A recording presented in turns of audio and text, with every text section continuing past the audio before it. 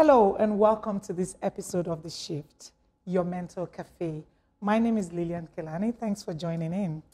Well, today I have a very interesting guest with me, Pastor Bod, and together we're going to be talking about depression, suicide, and spirituality.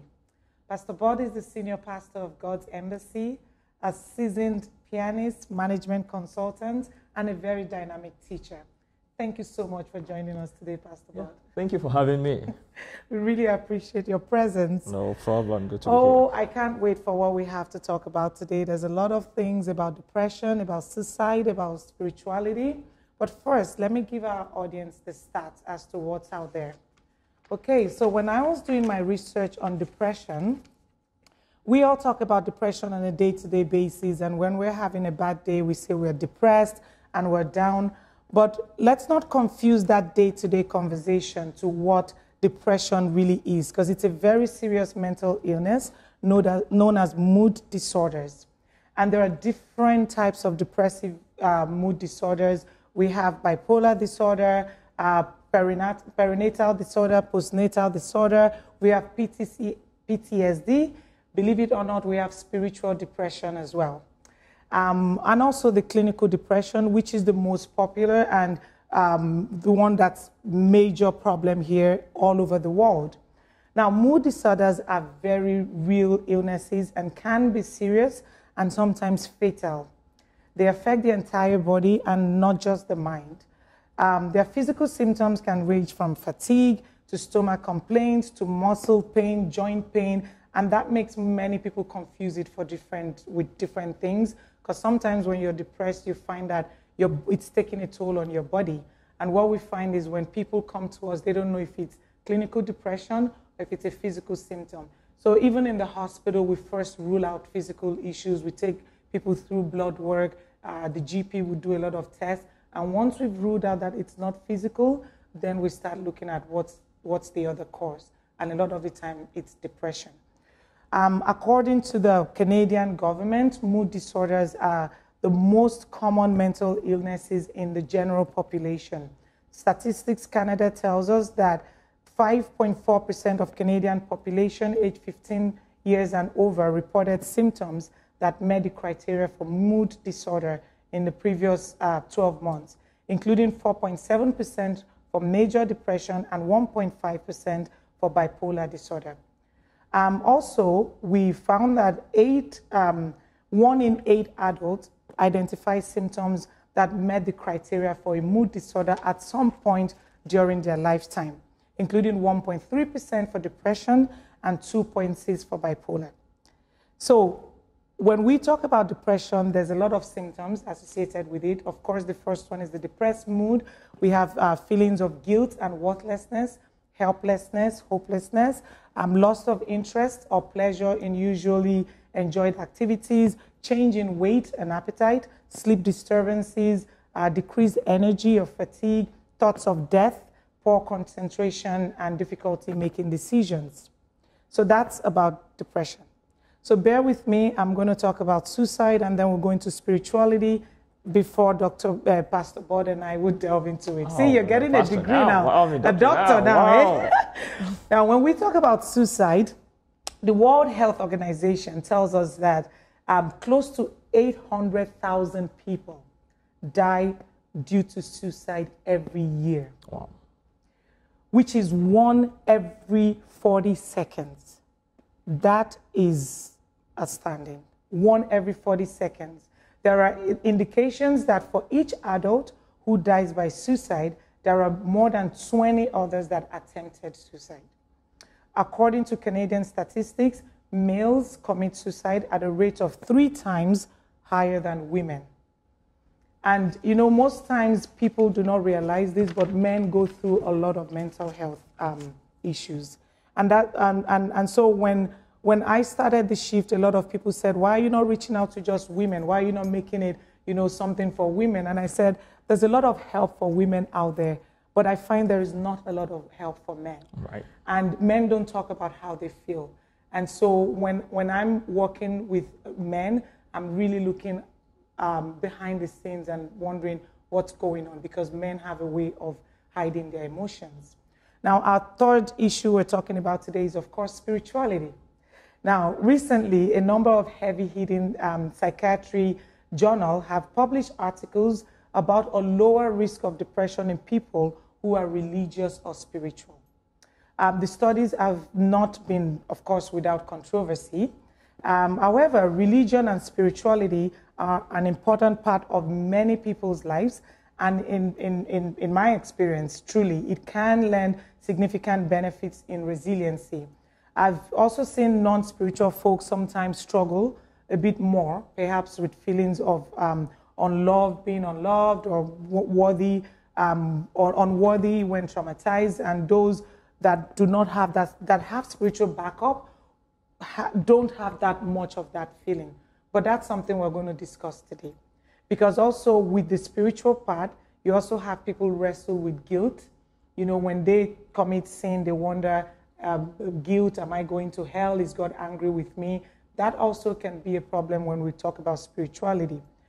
On the other hand, being spiritual also can, like I said, can lead to guilt, but it involves a community. When people have spirituality, they find that they have a community of people going through the same thing, and sometimes that gives them strength. But what we also realize is that with that community, you can also be lonely in there. And so the scientific question of whether religion on a personal level helps or harms human psyche is legitimate, and one that we're going to start our discussion with. So does religion help or harm? I think religion does help. Okay. Again, are you saying that because you're a pastor? And not necessarily because of that. When we look at our lives, even in North America, one of the things about this community is we are very individualistic in nature. Right. Barely do people have that place, that forum where they can come together to do things. Most people are probably exhausted from work, from taking care of families and the rest. So where some people can probably bond, make friends without being judged, is probably where they come together in a place of worship. Right. So, and again, I'm not trying to even restrict these to just to church, but what I'm just saying is where people come together, you know what, iron sharpens iron. We encourage one another. So you don't know where you can get the next encouragement from. So yes, religion does help people. Well, I can see where you're going with this, because in a sense, saying you're depressed kind of contradicts what the whole spirituality deals with. But the other part that I get conflicted with, or I hear people ask is depression a spiritual thing? Is there a spirit? Well, you know, does it have a spiritual root? Is it a spirit? Because, you know, we hear Christians, everything has a spirit. There's a lion spirit, there's every spirit. So is depression a spirit? I'm just going to throw it out there.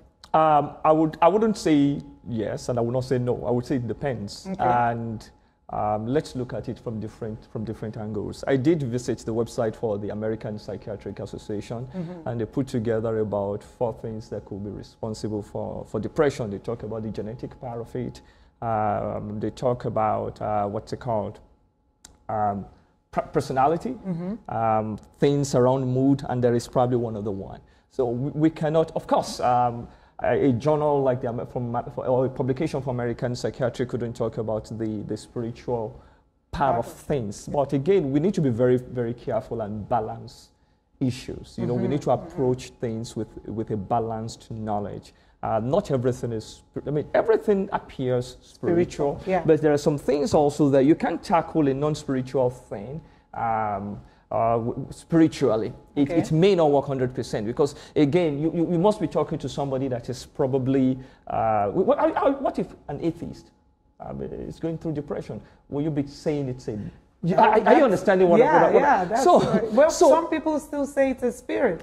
It's what I'm saying here is it's 100% not a spirit. Okay. Just like, again, people get possessed with demons, and again, there are different levels of demonic possessions. There is the obsession, there is the oppression, and there is the possession. Oh, yeah, you understand what I mean? I like that breakdown. You cannot say every issue is about a demon. No. Okay. No, there are things we open doors to. Then maybe a demon can later come in, but no, not in all cases. Not in all cases. And so we know that the relationship between religion and even suicide risk has been an important research question from the earliest days about suicide.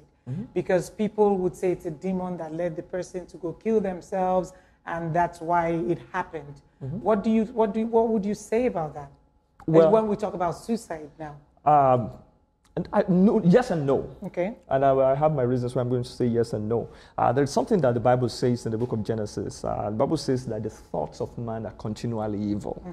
So meaning that right from day one that a new child is born, he or she is prone to do certain things that you just wonder, where did this come from? Okay. You understand? So that is first the sin nature.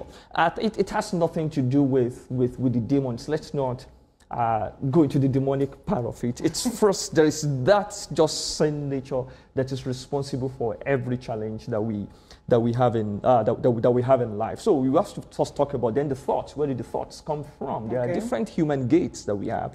What I listen to, what I watch, the people that talk to me, my association. Again, those may not be demonic, but you know what? There are things. Let me give you an example of this. One of the things I have issues with in these days is with little children using tablets. I don't think any child should use tablets until they get to the teenage. Oh, I don't think so. I personally don't think so. I don't. You see, again, we think. You see, we have advanced. You see, we have advanced in this world, but we've also created more problems. Yeah. So, because we've advanced scientifically, doesn't mean that we are not creating. I mean, years ago, we never used to talk about certain things. We never used to talk about heart attack in people that have small statures. Yeah. But right nowadays, you have that. Even in churches, people do commit suicide. Yeah. I mean, so again, it's not necessarily a demon. I can later on talk about the demonic part of it, which I'm hoping we'll get to later on. But let's first talk about all these gates and identifying it and how can you handle it. How do I have exercise self-control? How do I guard my thoughts? Things like that. So when we talk about suicide, I try to use it also as when we say people commit suicide, people find it's very offensive because you're saying the person committed a crime. So a lot of the time they want us to use the term died by suicide because it's one of the ways that people died, right? And it's very unfortunate. But I did read an article by Warner Willis soon after the death of Kate Spade and with all the celebrities and people dying. And what he said was that while many researchers have studied the connection between mental illness and suicide, it's very important to note that more than half the people who die by suicide are not identified as mentally ill. They do not have a history. So then he was wondering what else might be contributing to the rise we are observing. Like you said, pastors are committing suicide, people in church are committing suicide. Then he went further to say that it may be a coincidence that during this period of increasing suicide rates, the influence of Christianity has been declining all over the world, especially in America, but even in places where they claim to have a lot of every other home is a church, every other street there's a church, it doesn't still help the fact that spirituality is the essence of God and all that is declining. And so he said he was talking about America, and he said fewer Americans claim to be Christians than ever before, and fewer yet know much about Christianity, what Christianity teaches. As the impact of Christianity decreases in America, he believes that suicide rate will continue to be on the rise. And he's wondering why. There is an established relationship, he says, between religious belief and suicide. And he says, as belief increases, suicide efforts decreases. What do you think about that? I found that very interesting. I totally agree with it. One of the things I did while you gave me this topic, I looked at Isaiah chapter 60. If you look at that scripture, I'm going to read it from the Amplified version of the Bible. It says, "Arise from the depression and prostration in which circumstances have kept you. Rise to a new life. Shine, be radiant with the glory of the Lord. For your light has come, and the glory of the Lord has risen upon you. For behold, darkness shall cover the earth." That word darkness, you can call it depression, shall cover the earth. And dense darkness, all peoples. But the Lord shall arise upon you, O Jerusalem, and his glory shall be seen on you. Proverbs 12:25, the New King James Version, it says, Anxiety in the heart of man causes depression, but a good word makes it glad. So, God never made us to live without him. That's the first thing. Okay. The more man tries to live without God, the more the problems we've created for ourselves. The more the problems we've created for ourselves. I think the first person that first exhibited issues with regret was the man Cain in the Bible. Yeah. After God spoke, after he killed his brother, and the Bible makes us understand when God spoke to him and told him this, he couldn't deal with the guilt. Right. And the next thing he did was he went out from the presence of God. Okay. Another person that did something, but he actually committed suicide, was the man Judas Iscariot. Okay. Yeah. Because of what he did, he felt his sin was so big, and then Guilt, again, yeah. he couldn't cope. One of the things that Christianity first teaches us that I love so much is the word godliness with contentment. There is what is called our value system in Christianity. When we talk about the value system in this world now, we are taught, be successful, have much money. Right. Again, since when do we use money to determine the level of somebody's success? So we teach people, we push people to the extremes that get this, but you never teach them how to handle failure. So when they fail, boom. Oh, you hear that, my child is so smart, my child got to this, got this award, got that award, and a little pressure like this, boom. That's true. And one of the things that Christianity teaches you also is about how to cope with pressure. Does Christianity teach you that? That is what Christianity teaches you. Okay. Christianity teaches you how to manage your thoughts. I mean, one of the things, you know this man, Apostle Paul in the Bible, he spoke about how he was able to cope when he had abundance and when he didn't have abundance. He did go through some He low went times. through low times. He went through low times. He was the man that had everybody on his side before he became a Christian. And after he became a Christian, everybody deserted him and he faced a lot of troubles for that. The same thing with Jesus. So we see all these things. Lack of genuine relationships had ruined many people right now. Again, probably in churches you probably build some good relationships. I mean, at least you expect you can confide in certain people. So again, the world is full of betrayal. Yeah. 2 Timothy chapter 3 tells us this. It tells us that in the last days, again, these are types of people that we are going to have. Things are going to be increasingly difficult. Men who will be brutal. People will be dishonest. People will be traitors. So there are people that they've gone through all these things, depression and all these things, committed suicide probably because they were betrayed. Right. So they didn't, again, understand how to handle this.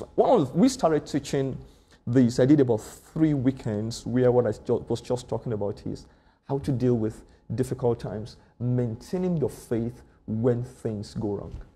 So for like 3 weeks, don't always expect that things will always be like this. The Bible says in Ephesians 6, it says something there. It says that we should put on the complete armor of God against the evil day. There is always the evil day. The Bible emphasizes it. But does it ever? So a lot of the time when we look at pastors and preachers like yourself, you all look like you got it all together and things are working well. You know, well, by faith, they are. Have you ever had times like any down moments yourself? Because sometimes you guys come there and you talk to us and it's like it's all going well for pastors. Nobody checks on pastors to see how they are. So you see, let me put it for you this way. In as much as you are human, you will face challenges. Whether you're a pastor or not, you are not exempt. That's the first thing. So we need to stop looking at it as if we don't have our own challenges. I even encourage pastors from time to time now, try to talk about your challenges so your congregation also feel you're human. Yes. The Bible says that Jesus was a person of like passion. Do you understand? He felt, according to the book of Hebrews chapter 3, Hebrews chapter 4, it says to us that he was exposed to the same temptation as we. So meaning when Jesus was hungry, we felt hunger, Jesus was hungry. So he was exposed to all those things, and likewise pastors. So yes, we face those challenges. I've had my own moments, and I call it, I always say to people, locate what steers you up. I call them, I have my steerers. Right. Yeah. And you know what? I really appreciate what you said, because that's one thing about I feel about Christianity is the fakeness of it. Everyone is faking it till they make it. Everyone is pretending they feel good, they look good. Like recently, someone I was on Facebook, this person is in hospital and they shared it. And I find people condemn people and say, oh, why should you put your problems on Facebook? And I'm really encouraged because recently I did read something that you put on LinkedIn from a while back because I didn't see it until recently. Right. And I was like, oh my God, you know, I didn't know at the time because I wasn't following, but it's very encouraging and people should know that to show your human side. Oh, yes. Because everybody we're still humans. And I think that's what really bothers non-Christians is about the fakeness in Christianity. It's too fake for the most part, for a lot of people. And when I talk to people that are non-Christians, one of the issues they have is just the whole fakeness around Christianity. So I won't let you defend. You don't have to defend it, but it's the truth. Okay, so the other thing I want to find out is it a sin to die by suicide? I would say yes and no. Okay. Yeah. Let's first talk about the no. It depends on the triggers. Okay. Depends on the triggers. There are things you just can't control. So yes, if a person dies by, let's look at the case of the madman of Gathering. The Bible tells us that man, it was so bad he couldn't control himself. Yeah. He was cutting himself. I mean, he had other things. So if he died doing that, I don't think it would have been sin. Thank you. Thank you so much. Because, and that's why even in the law, when someone has some form of mental illness and that, they get exempt from, because at that time you're not in your right frame of mind while you were doing that. Right. And I've had instances where I lost control and maybe I did something, and in hindsight I look back and I'm like, that wasn't me in that moment. There has to have been something else. So thanks for really clarifying that part of things. Now, I would love to also talk about the guilt and shame and the stigma associated with depression and suicide in spirituality. What's your take on that? Because, you know, even back in some countries, you cannot openly say you're suffering from depression, or if a loved one died by suicide in your family. There's just all that guilt and stigma, especially in church. So many pastors themselves are, you know, suffering from suicide, have had suicidal thoughts themselves. So many members of the church, it's going on, a family member, but it's not openly talked about. Well, number one, I think it all depends on exposure. And for the people, again, we all learn day by day. Yeah. We grow daily, and as we grow, we learn how to handle things better. This is what I can say with regards to managing it or handling or discussing this even in the church. I think churches should be more open to interrogations and be talking about the realities of what is happening in the society. When we see things happening in the society, I think we should bring it to the church and say, you know, guys, let's discuss this. And that way, it makes us understand that we are equally conscious what's going on. Because again, if we don't address it, guess what? One day it's going to come to us. Yeah, and it's coming. And it's coming. We're hearing pastors dying by suicide. Like, it is coming. Yeah. We just keep acting like we're not living in this world. And I think that's one of the things that I just find very hypocritical, is that we keep acting like we don't live here. We live here. Our world is here. That's right. So things that happen outside, it's going to affect our church. It's going to affect people on the inside. You can't isolate yourself. For example, you could have it all together. Let's assume you have it all together. Yeah. I mean, but how about your children? Yeah. How about your great-grandchildren? So again, can. We can't do that. So then how can we combat that, the guilt associated with and the stigma in spirituality? Because then there's the guilt of, oh, I've committed such a great sin to have even been in a depressed state, or to have thought about dying by suicide. So the fact that you're thinking about it and it's a constant thought in your mind, should you be guilty about that? Should you be ashamed? I think let's take a step back. We have to talk about what are the triggers for those thoughts. Again, thoughts come from where they come from. There are different things that influence our thoughts. Our environment, again, there are also thoughts that come from the pit of hell. There are thoughts that are probably because we watched something. You understand what I mean?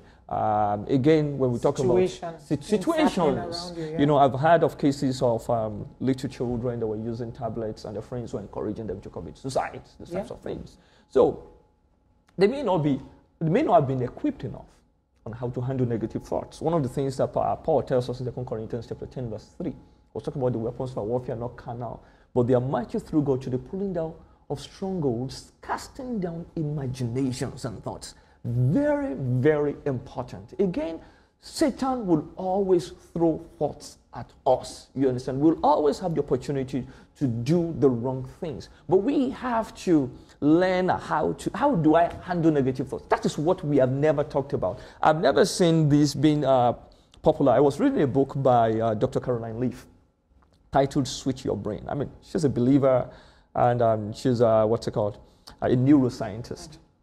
And she wrote about, again, how to use your brain. What did God create the brain for? What did God create man for? God made man in his image. First John tells us that God is love. So the image of God is love. I am made to love. When I use myself to do anything other than that, there will be consequences. There will be odd things that I will create. So that's the first part of it. So the church has to be a place where love is encouraged. So that's the first thing. People's secrets, people should feel safe if they also share the information with you as a brother or as a sister in the church. That's another issue. I've seen people talk to me and say, oh, you know what, Pastor, I can't talk to XYZ in the church. And I said, why? Oh, I don't feel my information is safe. Yeah. So there is that trust aspect of things. They're going to mock me. They're going to ridicule me. They're going to put me out of the position I'm holding. You get all those things. Yeah. So again, we have to really, really understand that people have issues. People are going through challenges. There is nobody that wouldn't respond to love. And I even think right now people are even doubting real love. When you show love to people now, they even think maybe you have an ulterior motive kind of a thing. So, so I think the first place is don't judge people. First listen, hear them out. Okay. You don't necessarily know all things. A pastor doesn't know all things. We rely on the Holy Spirit. And of course, we also have to do our researches. We need to refer people to counselors. Please do. Feel free to. And that's the thing that most times, because we're spiritualizing everything, we lose what we should be looking out for. So you're having a conversation with someone that should be a normal conversation, and right in front of you, they begin to cry, or they begin to, one minute they are crying, the other minute they are laughing, they are blowing up in your face. You need to recognize this person is in crisis. That's right. And find out what's going on beneath the surface. But most of the time, you can't do that because people now say you're not spiritual because you're looking at things that you should be looking at so that you know how to talk with people. So how can you say that in church, in your case, how can you make the environment safe for people to be able to talk about their feelings? Because one of the major goals of what I do with the Shyft is to get people to shift their mind sometimes as to what is the real issue here. But the other part of it is to encourage people to talk. Problems shared, they said, it's halved. Now, whether you're afraid that person is going to judge you or talk about it to somebody else, the fact is that you've shared it. Let the sin be on them for judging you. Let it be on them for spreading the rumors around. Let them be judged for that. But you, by sharing it, they may be not in good faith, but they may be able to help you in that time. Yeah, I think there are different ways to look at this information sharing things.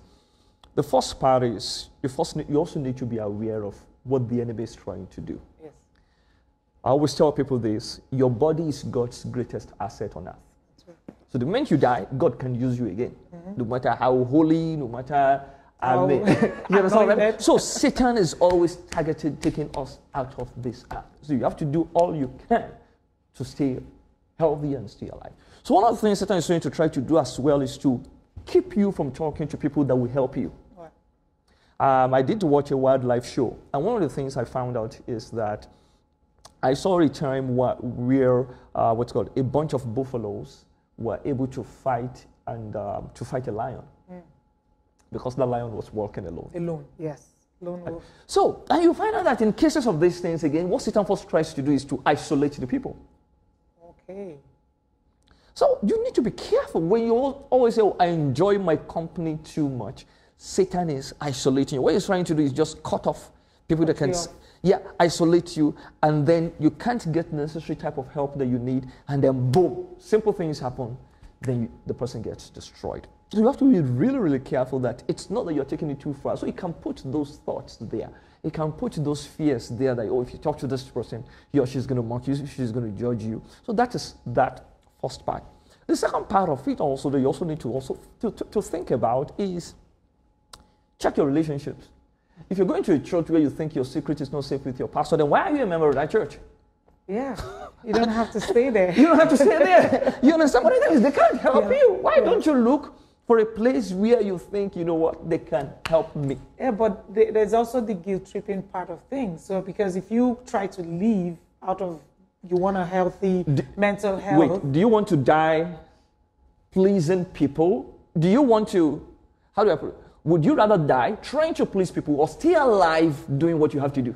Most people are dying trying to please people. Do you understand it? I'll choose the second option. So we destroy ourselves a lot. Yes. We destroy ourselves a lot by thinking, oh, what will this person say? Yeah. No, people change their minds. People change every time. The only constant thing in life is change. It's change. Yeah. So I would say this to you is, don't let Satan isolate you. I mean, when you're becoming too comfortable with yourself, or you just say you cut off communications with everybody, that is the devil at work. So that is number one. Number two, you also have to be trusting. Again, trust is earned. You look at how has this person handled my information in times past. I mean, you don't even necessarily have to talk to your pastor. There should be brothers, people. There should be good relationships that you have built that you can confide in. I always say this: have three types of relationships. Have people that can pull you up. Have people that are at your level that you can converse with and change and exchange ideas. And have people that also look up to you. So when you balance your relationships that way, I know that when I'm in trouble, this is that person I need to talk to who is able to counsel me and tell. The person doesn't have to wear the hat of a pastor.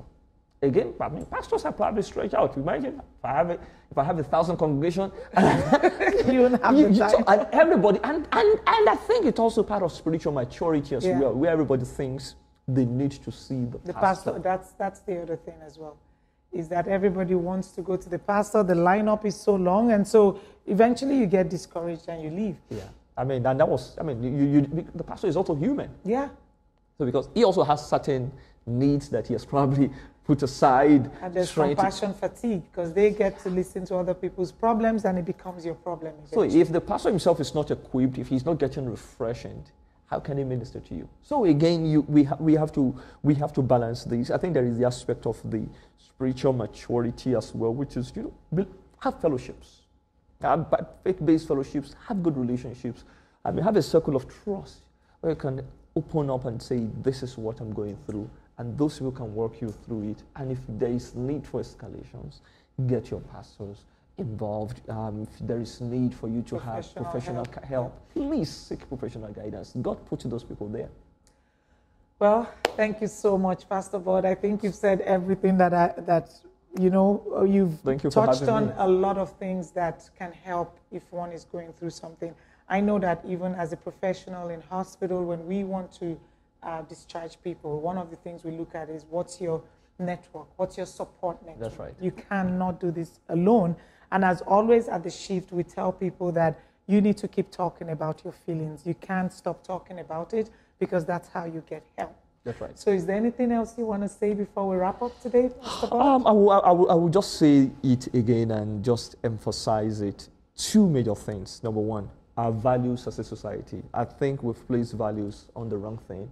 Defining success based on money, so people that don't have it get intimidated and they can do otherwise. We have to redefine those things.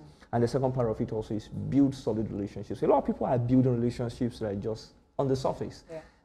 They don't trust one another. They're probably, I'm your friend, but we are very competitive. Competitive friend. And so I don't want you to know when I'm struggling. No, we can't survive with that. And again, trust in God. I believe God for help for everybody that we're going through challenges. Thank you so much. Thank you for having me. Really appreciate it, and I really, really enjoyed this discussion. And thank you for being here. For those that have joined us today, we really appreciate your being here. Thank you so much. That's all we have time for today. It's been an enlightening and engaging episode. Don't forget to visit our website, www.theshift.ca, www.theshift.ca for more information. Everything we talked about today is going to be on our website. Remember to like us on Facebook, join the conversation, subscribe to the YouTube channel, and keep talking. Till I see you again, keep having that conversation. Thank you. Thank you. It's The Shift with Lillian Kelani. Bye for now. Thank you.